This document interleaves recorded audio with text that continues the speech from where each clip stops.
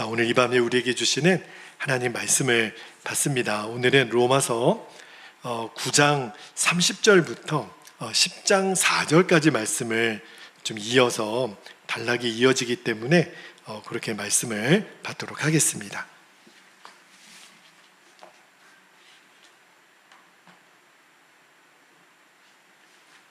자, 9장 30절 제가 먼저 읽겠습니다. 그런즉 우리가 무슨 말을 하리요?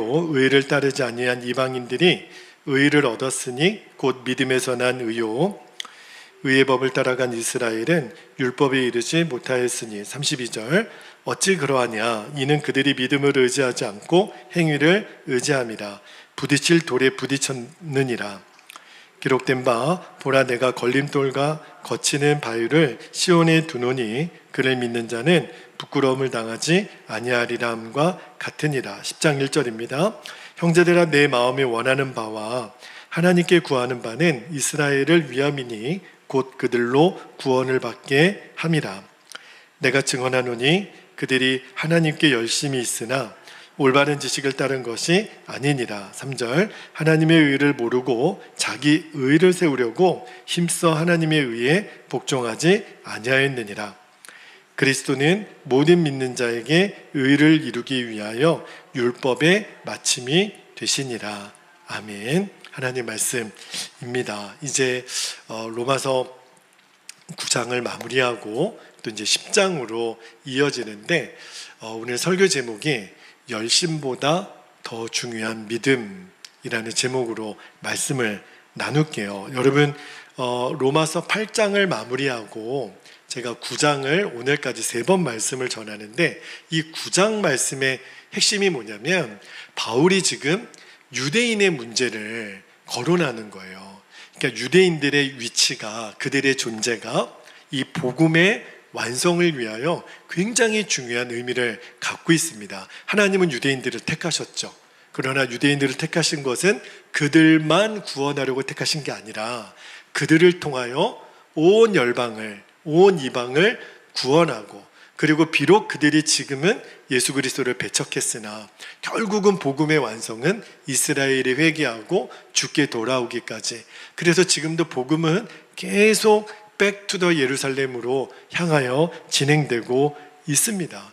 그래서 다만 바울이 지금 전하고자 하는 핵심은 그럼에도 불구하고 하나님이 유대인들을 선택한 것은 도구로 선택한 거예요. 왜? 하나님의 하나님 되심을 증거하는 은혜를 더 드러내기 위하여.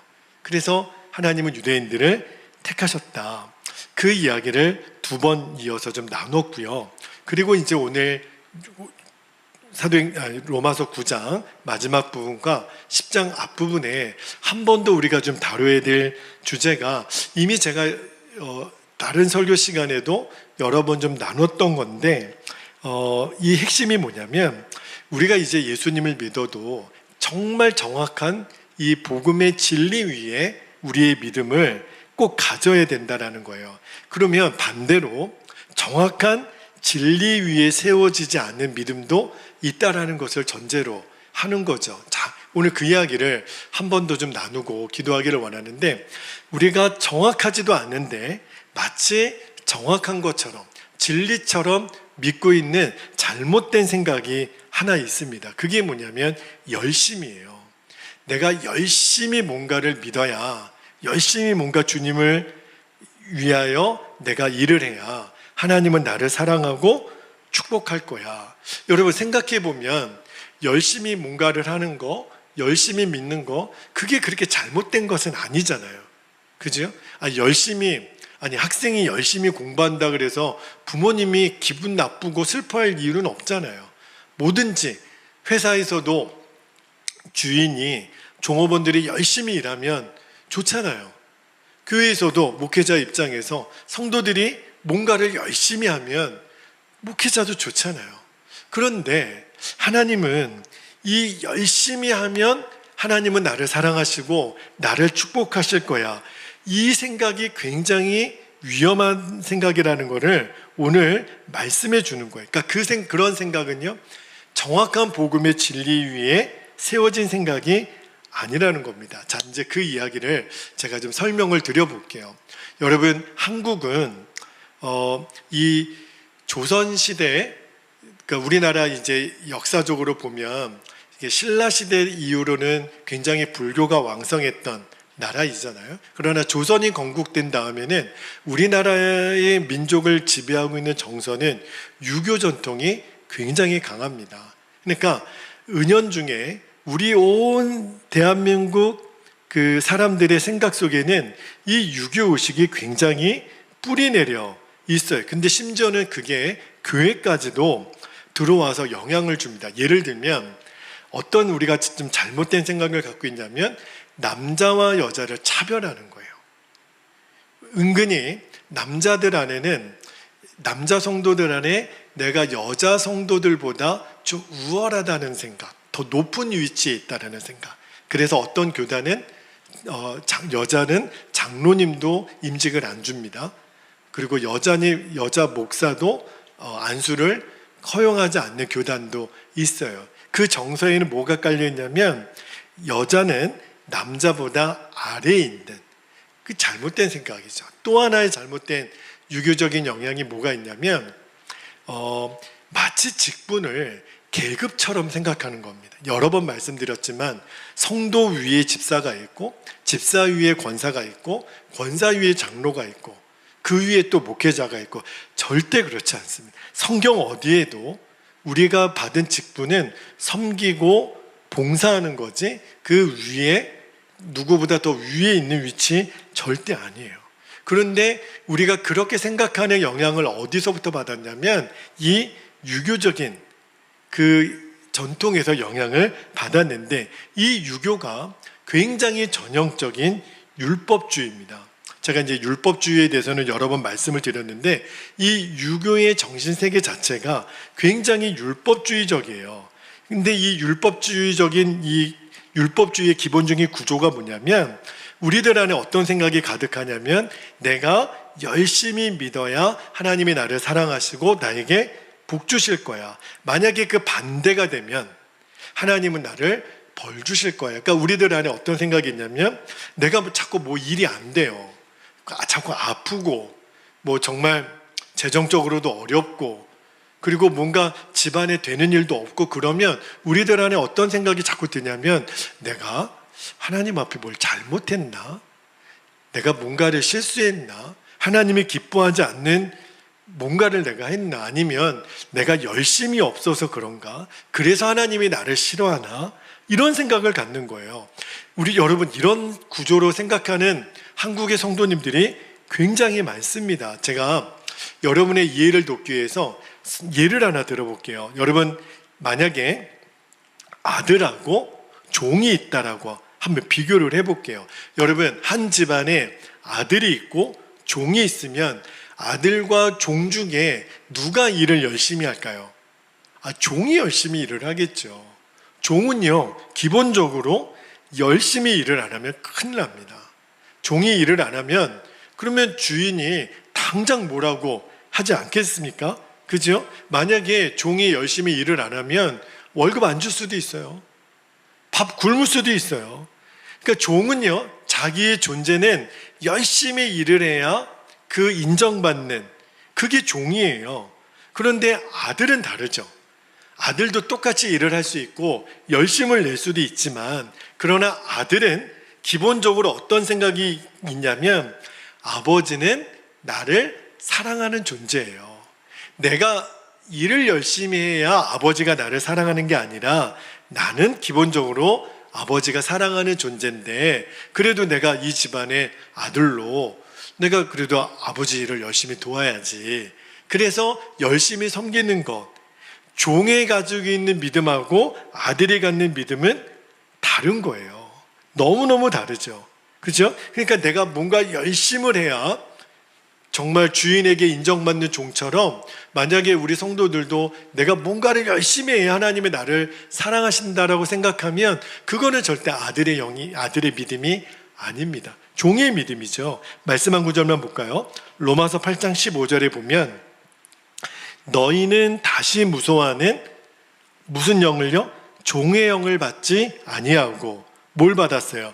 양자의 영을, 아들의 영을 받았으므로 우리가 아빠, 아버지라고 부르짖느니라. 그러니까 여러분, 종의 믿음은 열심히 안 하면 주인의 사랑을 받을 길이 없어요. 뭔가 잘못하면 쫓겨날 수도 있는 거잖아요. 근데 종은요, 기본적으로 열심히 일을 해도 마음이 편하지 않아요. 왜요? 주인이 항상 뭐라고 할까봐. 그게 두려운 거예요. 그렇죠? 그러니까 여러분, 내가 열심히 해야 하나님이 나를 사랑하고 복 주실 거야. 이게 얼마나 잘못된 근거를 갖고 있는 믿음인지를 이제 알아야 돼. 그거는 종의 믿음이에요. 지금 이 구조에 빠져 있는 분이 너무 많습니다. 그래서 하나님이 누리시는 자유를 누리지도 못해요. 내가 이래도 되나? 이러면 내가 벌 받을 것 같고 하나님이 기뻐하지 않을 것 같고, 아니에요. 절대 그렇지 않습니다. 예수 그리스도 안에서 저와 여러분은 하나님의 자녀잖아요. 근데 말은 그렇게 들었는데 왜 내 믿음은 종의 믿음을 갖고 있냔 말이에요. 지금 사도 바울이 하나님이 유대인들을 보고 지금 답답해 하시는 마음이 바로 그거예요. 바울이 지금 자기 동족들을 보니까 이들은 온전히 율법에만 매여 있는 거예요. 십자가 복음을 받아들이지 못하는 거예요. 그러니까 여러분, 유대인들이 얼마나 율법에 열심이었습니까? 우리가 새벽에도 보지만 바울이 율법의 박사예요. 그리고 그의 열심은 예수 믿는 사람들을 잡아 죽이는 일에 얼마나 앞장섰던 사람입니까? 유대인들이 그랬거든요. 그런데 그들의 기본적인 구조는 뭐냐면, 내가 이렇게 열심히 해야 하나님이 나를 사랑하고 복 주시고, 그렇지 않으면 나에게 벌 주시는 하나님이라고 자꾸 여기니까, 지금 바울이 그게 아니라는 거, 율법주의가 여러분을 구원하는 게 아니라는 거를 얘기하는 거예요. 여러분, 하나님은 기본적으로 저와 여러분을 사랑하시는 분이세요. 자, 로마서 5장 8절을 한번 볼까요? 로마서 5장 8절에 보면, 우리가 아직 죄인 되었을 때, 언제요? 죄인 되었을 때 그리스도께서 우리를 위하여 죽으심으로 하나님께서 우리에 대한 자기의 사랑을 확증하셨느니라. 여러분, 하나님이 우리를 사랑하시는 처음 순간이 우리가 이쁠 때가 아니에요. 우리가 죄인 되었을 때, 다시 말하면 사랑받을 이쁠 만한 구석이 눈꼽만큼도 없을 때, 그러니까 하나님이 우리에 대한 하나님의 사랑은요, 아무런 조건이나 단서가 없어요. 그래서 이게 복음이고 은혜인 겁니다. 여러분, 이거를 정확히 깨달아야 예수를 잘 믿는 거예요. 그런데 우리 한국 성도들 안에 기본적인 정서는 어떤 정서가 있냐면, 일단 예배당에 와서 눈 감고 처음 기도가 뭐냐면, 내 스스로를 자꾸 죄인이라고 정죄하는 경향이 많습니다. 여러분, 대표 기도할 때 여러분도 들어보신 적이 있는지 모르겠는데, 저는요, 제가 섬기는 교회나 대표 기도하시는 분들 중에 꼭 이게 안 빠지더라고요. 죽을 수밖에 없는 이 죄인. 거의 매주 그래요. 죽을 수밖에 없는 이 죄인. 그래서 제가 그 장로님께 한번 묻고 싶더라고요. 언젠가 한 번은. 장로님, 지난주에 무슨 그렇게 죽을 죄를 졌어요? 근데 장로님 2주 전에도 죽을 죄를 졌다 그랬고, 지난주에도 죽을 죄를 졌고, 이번 주도 또 죽을 죄를 지을 예정이시죠? 도대체 장로님 무슨 죽을 죄를 지셨나요? 그럼 장로님은 그냥 말이 그렇다는 거죠. 그냥 내가 회개 기도하는 거죠. 근데 여러분, 내가 죄를 깨닫는 거는 귀한 일인 거예요. 그러나 기본적으로 내가 스스로를 정죄하는 것은 하늘과 땅 차이입니다.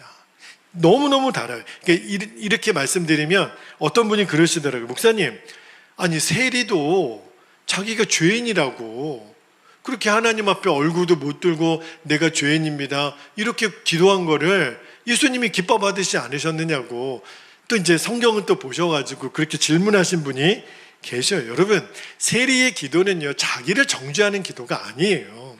그 세리의 기도 앞에 누구의 기도가 있었죠? 그 위선과 가식에 쩔어 있는 그 바리새인의 기도를 하나님이 드러내신 거잖아요. 그들이 얼마나 가증스럽고 위선에 쩔은 사람인지. 반면에 하나님의 용서와 긍휼을 진심으로 구하는 그 겸손의 기도를 드린 세리의 기도를 드러내시는 거지, 기본적으로 세리의 기도는요, 자기 자신을 정죄하는 기도는 아니에요. 만약에 그렇게 이해했다면 정말 하나님을 오해해도 엄청나게 오해한 거죠. 여러분, 이 점에 대해서 우리가 분명하셔야 돼요. 하나님은 나를 왜 사랑하셨나? 여러분 스스로 여러분 자신을 생각해 보실 때 하나님이 여러분을 사랑하신 이유가 있을까요? 여러분, 하나님은 정말 나를 왜 사랑하신 거죠? 아무리 생각해 봐도, 저는 100번 1000번 생각해 봐도 이유가 없어요. 이거는 설명할 수도 없는, 정말 하나님은 정말 내가 하나님을 어떻게 기쁘게 할 때만 나를 사랑하시는 분이 아니라는 거예요. 내가 이미 죄인이었을 때 나를 향한 하나님의 사랑은 아무런 조건이 없습니다. 그러니까 여러분이 꼭 명심하셔야 돼요. 내가 뭘 잘하고 못하고 그래서 하나님의 사랑이 달라지는 게 아닙니다. 제가 지난 주일에 창세기 강해를 하면서 여러분, 요셉은 형들의 죄를 용서했잖아요. 그런데 형들은요, 자그마치 17년이 지난 뒤에 아버지 야곱이 죽으니까 동생을 대하는 태도가 또 바뀌어요. 당신의 아버지가 죽기 전에 당신이 우리를 용서하라고 그렇게 말씀했다고. 요셉이 들으니까 기가 막힌 거예요. 그러고 보니까 형들은 지난 17년 동안 단 하루도 내가 한 용서를 형들은 받아들이지 않았구나. 여전히 두려워했구나. 여러분, 요셉이 오죽했으면 울었다 그랬어요. 왜 울었을까요? 답답하니까. 이미 용서했는데 왜 그렇게 두려워하냔 말이에요. 여러분, 우리가 하나님 앞에 회개할 때도 내가 맞을까봐 두려워서 하는 회개는요, 진짜 회개가 아니에요.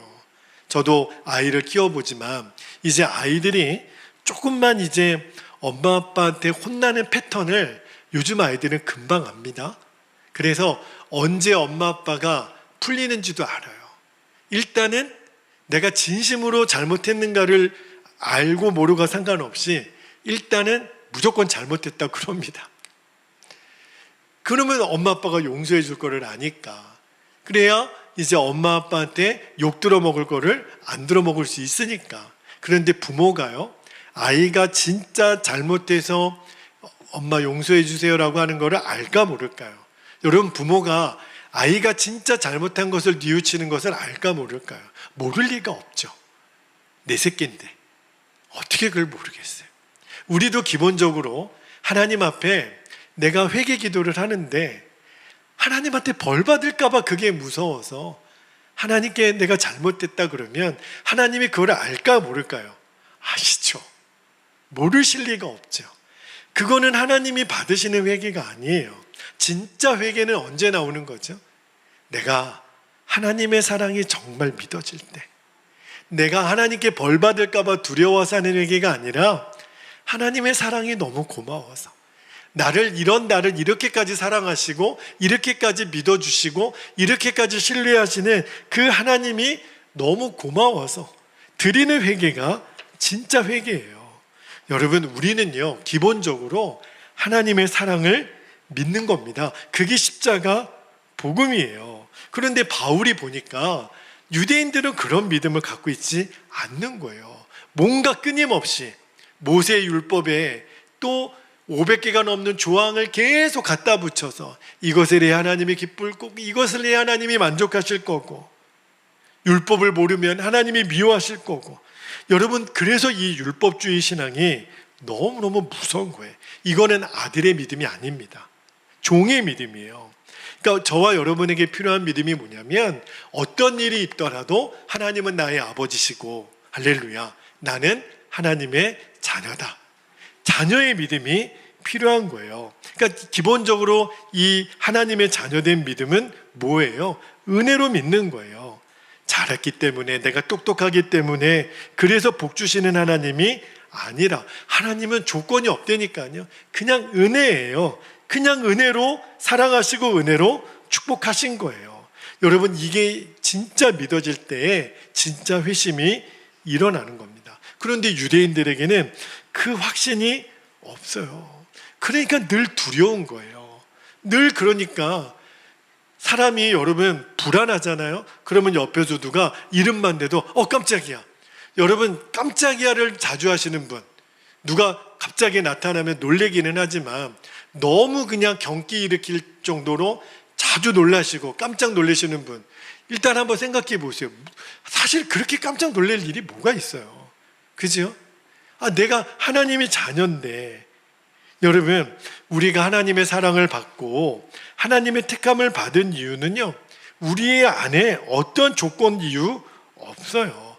복음은요, 우리가 잘못했다고 해가지고 하나님이 우리를 버리시고 그게 아니에요. 아무런 상관없어요.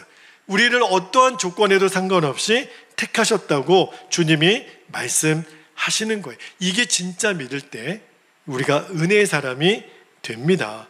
여러분, 하나님이 아무런 조건 없이 나를 사랑하는 것을 이제 머리로만 믿어서는 안 됩니다. 여러분의 가슴으로 믿어질 때 그때 우리의 삶이 바뀌는 거예요. 자꾸 좋은 일이 생기면 하나님이 나를 복 주시나 봐. 근데 어려운 일이 생기면 그러면 하나님이 나를 버리셨나 봐. 자꾸 이 딜레마에 빠지는 거예요. 그러지 않고 어떤 일이 있더라도 나는 하나님이 나를 향한 사랑은 변함없어. 그러면 두려워할 이유도 없고 염려할 이유도 없고, 그 다음에 우리가 제일 무너지는 이유가 뭐냐면 열등감. 열등감은 왜 오는 거죠? 자꾸 비교하니까. 나랑 똑같은 나이의 친구들, 나와 똑같은 조건의 다른 목사들, 우리와 교회와 똑같은 조건의 다른 교회들이 나보다 조금만 더 잘하면 견디지를 못하는 거예요. 그러면 하나님은 저는 사랑하고 나는 사랑을 안 하시나? 자꾸 이렇게 빠진단 말이에요, 여러분. 그게 아니라고요.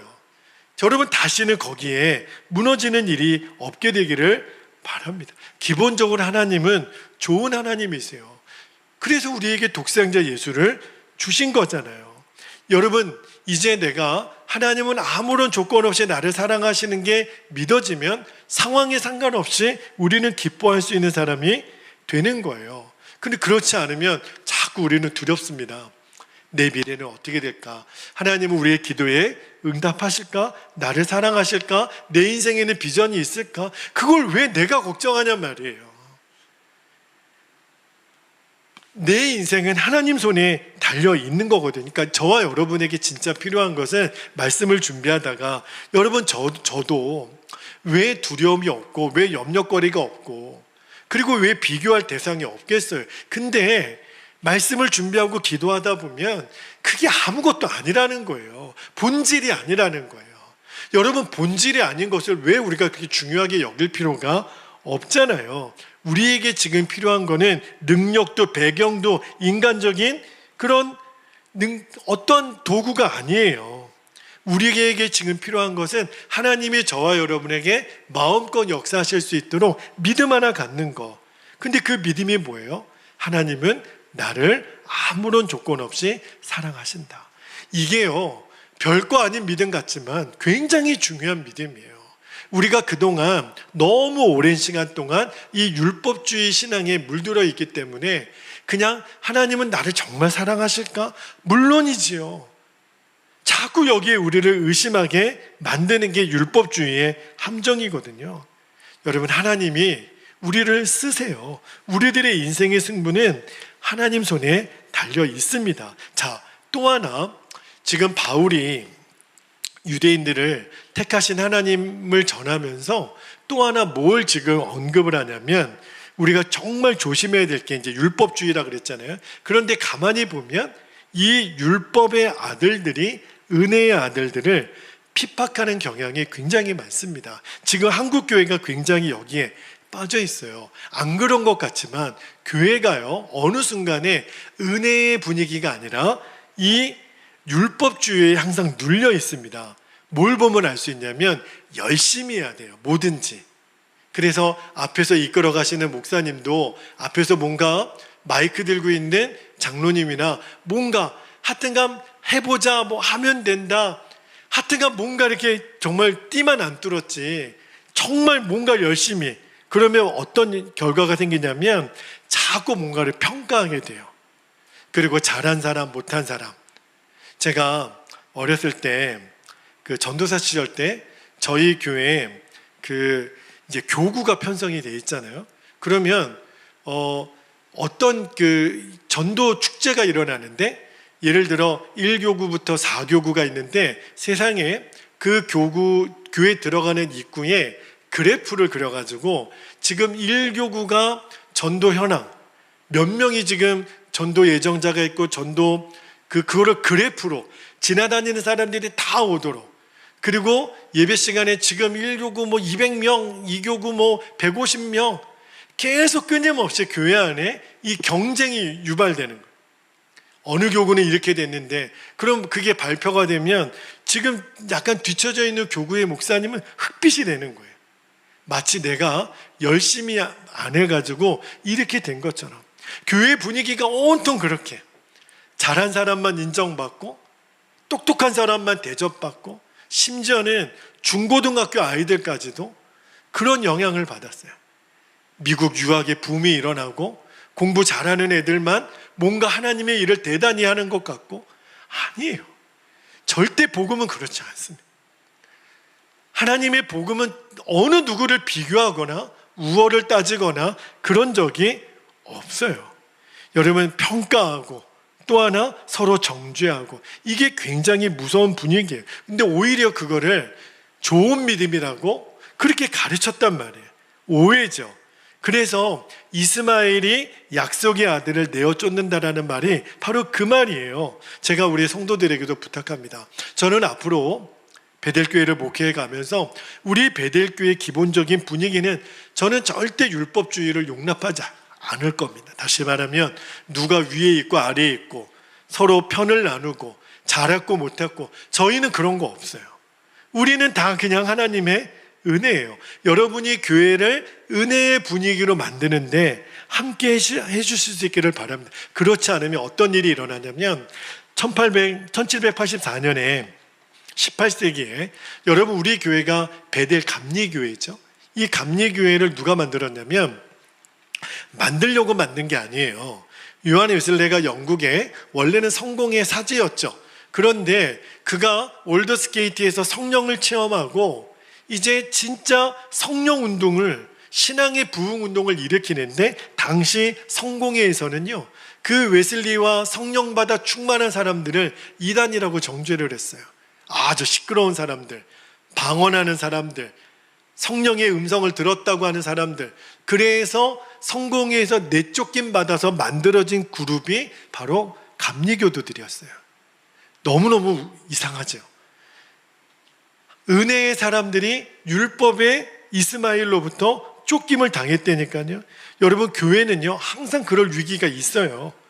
우리 유교적인 전통 때문에 그래요. 그러니까 가만히 내버려두면 자꾸 율법주의로 분위기가 흘러갑니다.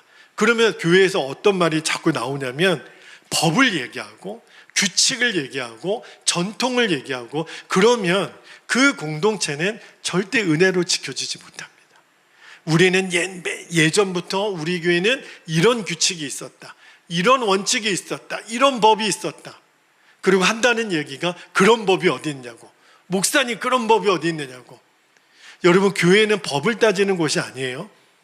주님의 몸된 교회는 하나님의 은혜가 우리를 다스리는 원칙이 되어야 합니다. 하나님이 우리의 마음의 중심을 모르실 리가 없죠. 하나님은 우리를 다 아세요. 우리의 마음의 중심을 다 아세요. 그 하나님이 우리를 은혜로 다 받아주신 거예요. 우리가 이렇게 나와 예배할 수 있는 이 근거가 어디에 있는 거죠? 하나님이 나를 용서해 주셨다고 믿으니까 오늘 이 자리에 있는 거잖아요. 여러분, 예수 그리스도가 십자가에 달려 돌아가실 때 휘장이 위에서부터 아래로 찢어졌다고요. 뭘 의미하는 거죠? 하나님이 찢으신 거예요. 어떠한 걸림돌도 내가 두지 않겠다. 여러분, 다시 말하면 우리가 하나님께 나아가는 데는 아무런 조건이 없어요. 여러분, 정말 명심하셔야 돼요. 이거를 여러분들이 진짜 믿어야 내가 다른 사람을 향해서도 내가 판단하지 않습니다. 그것밖에 못해? 좀 직분자는 이렇게 해야 되는 거 아니야? 이런 말이 절대 우리 교회에서는 나와서는 안 돼요. 하나님은 그렇게 우리를 다스리지 않으셨어요.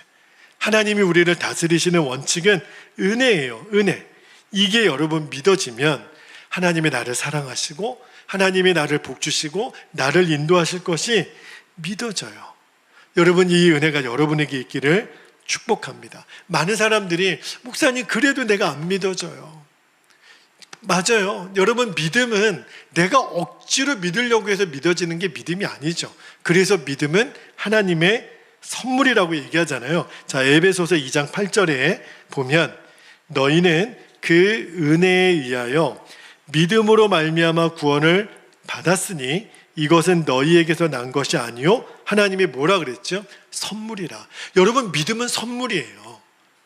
믿음은 내가 뭔가를 노력하고 명상해서 얻어지는 게 아니에요. 그러므로 내가 믿음이 왜 이렇게 없을까? 답답해하지 말고 주님께 정직하게 구하면 돼요. 하나님, 제가 하나님이 기뻐하는 믿음을 갖게 해주세요.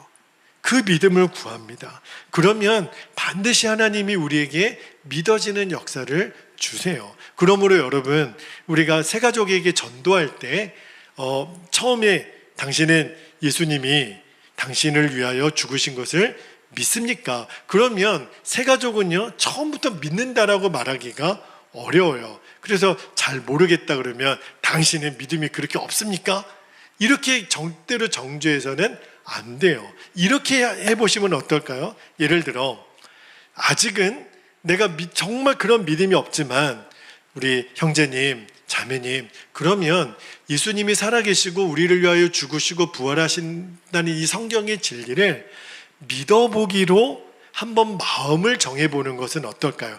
믿는 것과 믿어보겠습니다는 거는 좀 다르죠. 근데 처음부터 믿지 않는다고 정죄하지 말고 믿어보기로 결정을 해서 그렇게 믿음이 조금씩 들어가면 반드시 믿어지는 단계가 옵니다. 지금 여러분처럼. 지금 여러분은 하나님의 살아계신 게 정말 믿잖아요. 여러분 아직도 믿어져야 됩니까? 믿잖아요. 그래서 오늘 예배 자리에 오신 거잖아요.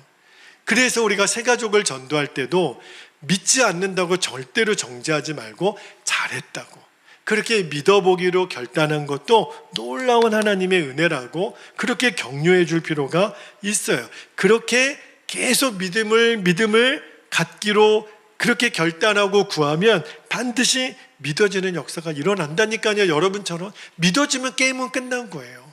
하나님의 살아계심이 믿어지는데, 그죠? 아니, 안 믿어지니까 그렇게 전전긍긍하고 갈등하는 거죠.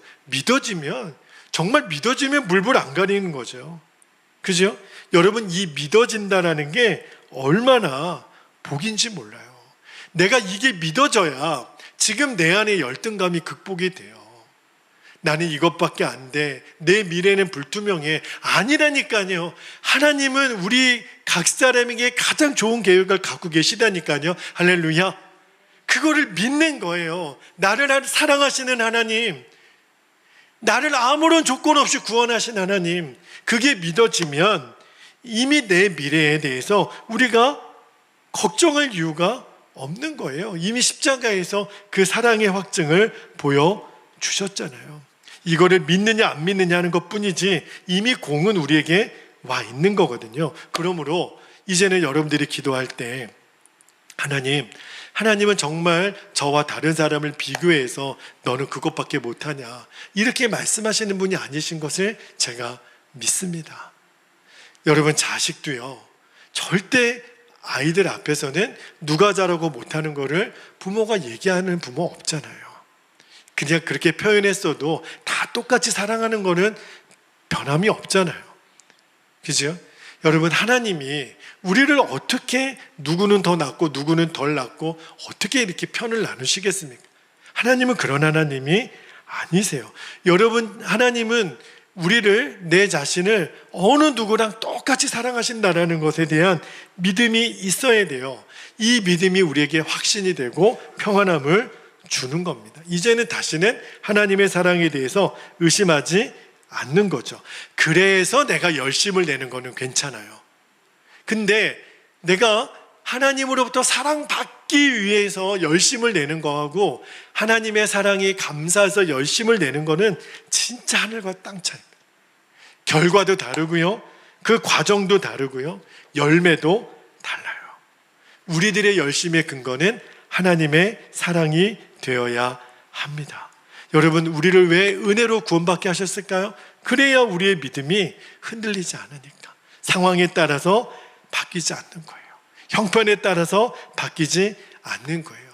그래서 제가 우리 교우들을 목회하면서 제가 이전의 교회에서도 또 우리 베델 교회에서도 우리 성도님들의 그런 얼굴 또 분위기를 늘 위해서 제가 기도하는 것 중에 하나가, 하나님, 제가 목회하는 우리 성도님들의 늘 이 높고 낮음, 업다운이 심하지 않는 거죠. 늘 평안한 거예요. 왜냐하면 환경이 어려운데, 알죠? 목사가 모를 리가 없죠. 지금 우리 집사님, 우리 권사님이 몸도 아프고 어렵다는 이야기를 들으면 저는 걱정이 되죠. 그러나 제가 걱정이 돼서 이렇게 보면 너무너무 얼굴이 환하신 거예요. 이상하다. 우리 권사님 지금 어려운 일이 있으신데 지금 인상이 좀 어두워야 정상 아닌가? 제가 믿음이 없는 거죠. 제가 권사님 괜찮아요? 이렇게 물어보면 되려 저에게 말씀하시는 거죠. 목사님, 저 아무렇지도 않아요.